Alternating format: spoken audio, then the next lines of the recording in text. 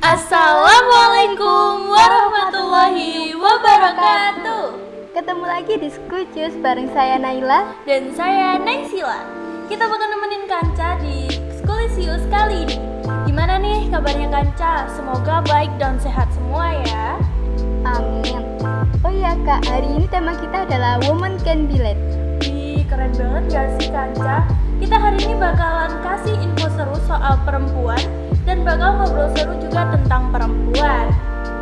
Yaudah deh Kak, langsung aja masuk ke Info seru.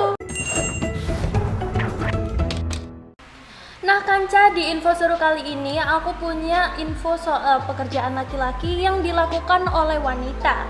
Kan wanita sekarang makin tangguh, ya nggak Nay? Bener banget Kak, profesi yang dulunya identik dengan kaum pria kini banyak dirambah oleh para wanita loh. Salah satunya adalah menjadi seorang pilot. Karena menjadi seorang pilot bukanlah hal yang mudah.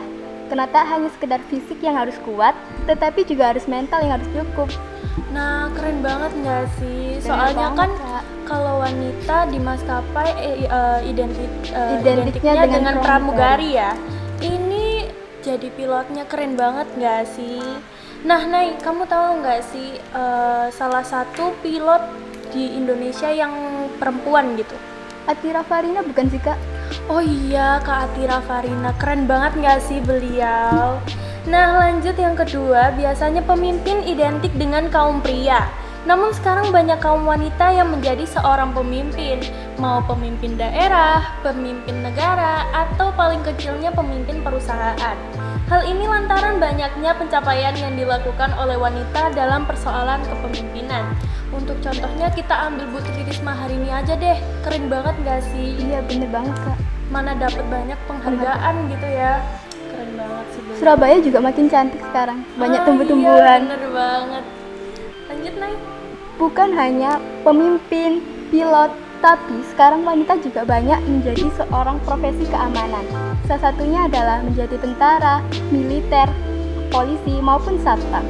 Meskipun identik dengan perang dan senjata, namun kini hampir setiap negara mempunyai petugas keamanan wanita. Wah, keren banget gak sih? Nah, itu adalah contoh-contoh dan bukti bahwa perempuan juga bisa memimpin. Bukan hanya laki-laki aja. Betul tuh. Nah Kanca, buat ngobrolin soal wanita, kita bakal ajak Bu Dinika, guru bimbingan konseling SMPN Negeri 46 Surabaya. Di Ngobrol Seru.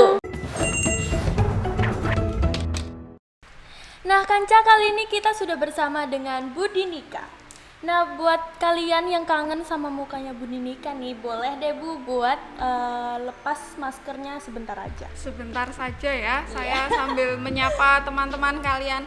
Selamat siang, Assalamualaikum warahmatullahi wabarakatuh. Anak-anakku, bagaimana kabar kalian saat ini? Semoga kalian dalam kondisi sehat walafiat dan juga jangan lupa tetap menerapkan protokol kesehatan. Nah, boleh tutup dulu aja. Saya tutup lagi ya. Iya. Nah buat Bu Dinika sendiri apa kabar nih Bu? Alhamdulillah baik. Kalau kabar Naisila dan kamu bagaimana? Alhamdulillah baik juga. Bagaimana puasanya Bu? Lancar? Alhamdulillah lancar, walaupun sekarang suasana di Surabaya sedang panas-panasnya ya. Panas banget sih Bu. Betul. Kalian puasa ya hari ini ya? Alhamdulillah puasa. Nah kita langsung aja ke pertanyaannya nih ya Kanca. Bagaimana perjuangan Bu Dinika dari mulai menempuh pendidikan sampai bisa sehebat sekarang? Kalau untuk sehebat sekarang saya merasa belum hebat ya, karena saya menerapkan prinsip bahwasanya setiap hari kita itu harus belajar terus, tidak mengenal usia. Kalau dulunya kebetulan saya bukan asli dari Surabaya, saya dari Kediri. Mulai TK sampai SMA saya menempuh pendidikan di Kediri. Kemudian setelah saya SMA kelas 2 itu saya mengidolakan guru BK saya.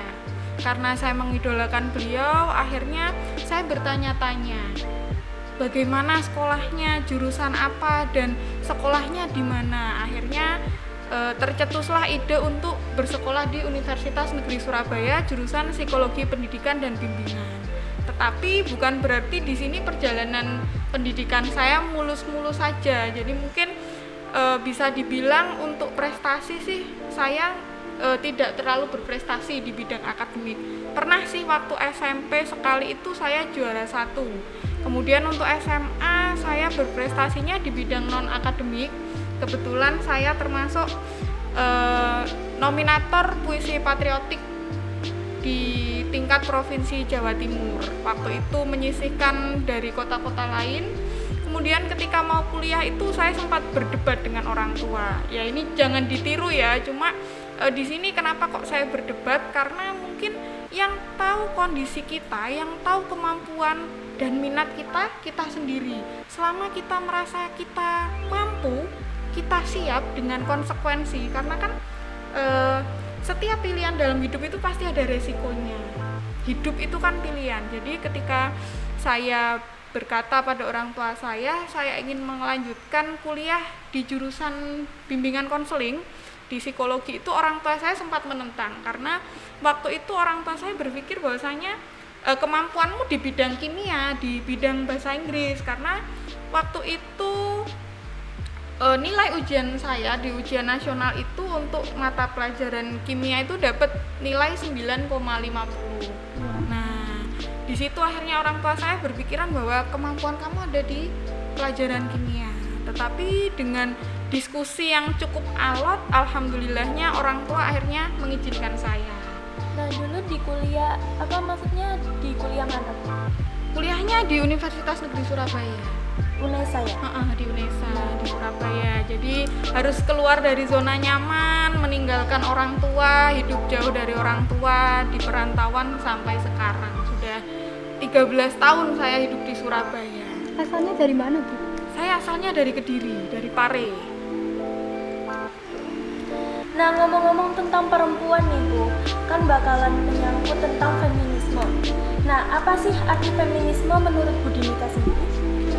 Kalau feminisme menurut saya bisa dikatakan paham atau mungkin gerakan ya. Kalau gerakan kok sepertinya gimana? Mungkin prinsip seseorang dalam usahanya untuk kesetaraan gender. Jadi kalau kesetaraan gender ini jangan sampai peran perempuan itu disepelekan atau dibilang peran perempuan itu masih ada di bawahnya laki-laki, baik itu di segi sosial, pendidikan, ekonomi, dan yang lainnya. Bagaimana sih Bu pendapat Bu Dinika kalau kasta perempuan lebih rendah daripada laki-laki? Karena kita tentunya tahu bahwa perempuan tuh diremehkan dibandingkan laki-laki. Saya sih tidak setuju ya dengan pernyataan seperti itu. Karena apa? Kita bisa membuktikan pada banyak orang di masyarakat bahwasanya sekarang ini perempuan sudah mulai maju. Apalagi dulu waktu kenapa kok Ibu Kartini itu dikatakan sebagai pahlawan emansipasi wanita? Ya karena itu beliau menuntut adanya kesetaraan posisi kedudukan antara laki-laki dan perempuan. Walaupun di sini kita tidak bisa memungkiri perempuan juga tidak boleh meninggalkan kodratnya. Tapi di sini tidak bisa dikatakan kastanya perempuan itu di bawah laki-laki. Mungkin bisa dibilang kalau kita bisa menunjukkan kemampuan kita, apalagi bisa memimpin ya, contohnya seperti Bu Risma, Ibu Khofifah, itu kan beliau seorang perempuan dan bisa menjadi seorang pemimpin seperti itu. Nah, ngomong-ngomong soal wanita nih Bu, kita punya beberapa info lagi tentang wanita yang mempunyai posisi tertinggi dalam suatu wilayah atau organisasi. Yang pertama adalah Ibu Megawati Soekarno Putri, adalah presiden perempuan pertama Indonesia yang sering disapa dengan Mbak Mega.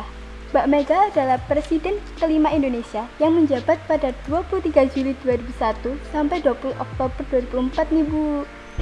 Iya, kebetulan waktu itu saya masih SD ya. Jadi memang beliau adalah presiden pertama. Hebat Kalian ya, sudah Bu. lahir apa belum? Belum. Lahir ya. Jadi kita beda generasi ya. Nah, Bu Dinika sendiri nih pernah nggak sih punya mimpi bakalan jadi presiden atau apa gitu yang bisa memimpin semuanya gitu? Kalau mimpi untuk menjadi pemimpin sih tidak pernah ya. Karena kalau saya sih yang penting kita bisa bermanfaat bagi orang lain. Tidak perlu kita ada di tingkatan sebagai seorang pemimpin.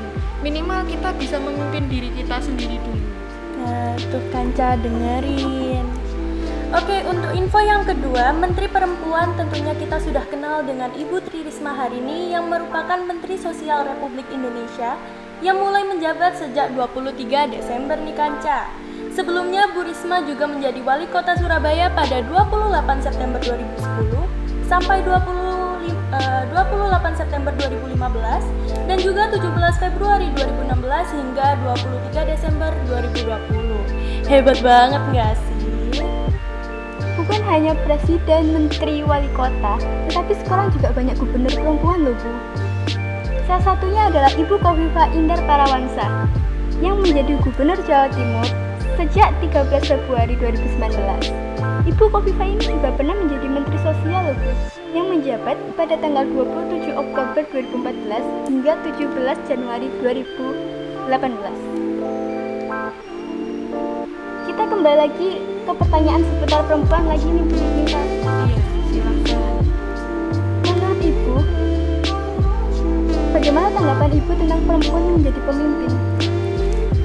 Bisa dibilang menjadi suatu kebanggaan ya, karena berarti kita sebagai perempuan bisa memimpin, jadi tidak diremehkan dan bisa menjalankan tugas yang dulunya mungkin diremehkan orang ya, tetapi ketika perempuan jadi pemimpin otomatis dia bisa melakukan tugas atau kewajiban seorang laki-laki, seperti itu. Apa sih Bu Iya, nggak apa-apa. pesan Bu Dinika untuk Kanca terutama yang perempuan? Pesan saya untuk anak-anak saya terutama yang perempuan, kita sebagai perempuan itu diciptakan unik. Jadi dalam kehidupan itu pasti ada yang namanya kelemahan dan kelebihan. Jadi ketika kalian memiliki kelemahan, jangan terlalu fokus untuk memikirkan kelemahan kalian. Kalau bahasa kerennya sekarang kan insecure. Jadi ketika kalian berpikir saya lemah, saya memiliki kelemahan, otomatis kalian tidak akan bisa menggali kelebihan kalian. Ya. Jadi manusia itu diciptakan oleh Allah pasti memiliki kelebihan. Jadi kalian harus berusaha semaksimal mungkin dan berani keluar dari zona nyaman. Nah, buat kanca-kanca sekalian yang suka insecure, dengerin deh katanya Bu Dinika. Insya Allah kepedean kalian bakalan meningkat. Tapi jangan tinggi-tinggi ya. Terima kasih Bu Dinika sudah meluangkan waktunya untuk ngobrol seru di Skulicious. Semoga sehat selalu ya Bu Dinika. Ya, terima kasih. Semoga kalian juga sehat selalu dan anak-anakku di rumah juga tetap semangat belajar dari rumah. Nah Kanca, udah waktunya kita pamit nih. Terima kasih buat kalian yang udah nonton Skulicious. Jangan lupa like, comment, and subscribe dan share channel 46. Dan jangan lupa buat follow Instagram kita juga di @skulicious46.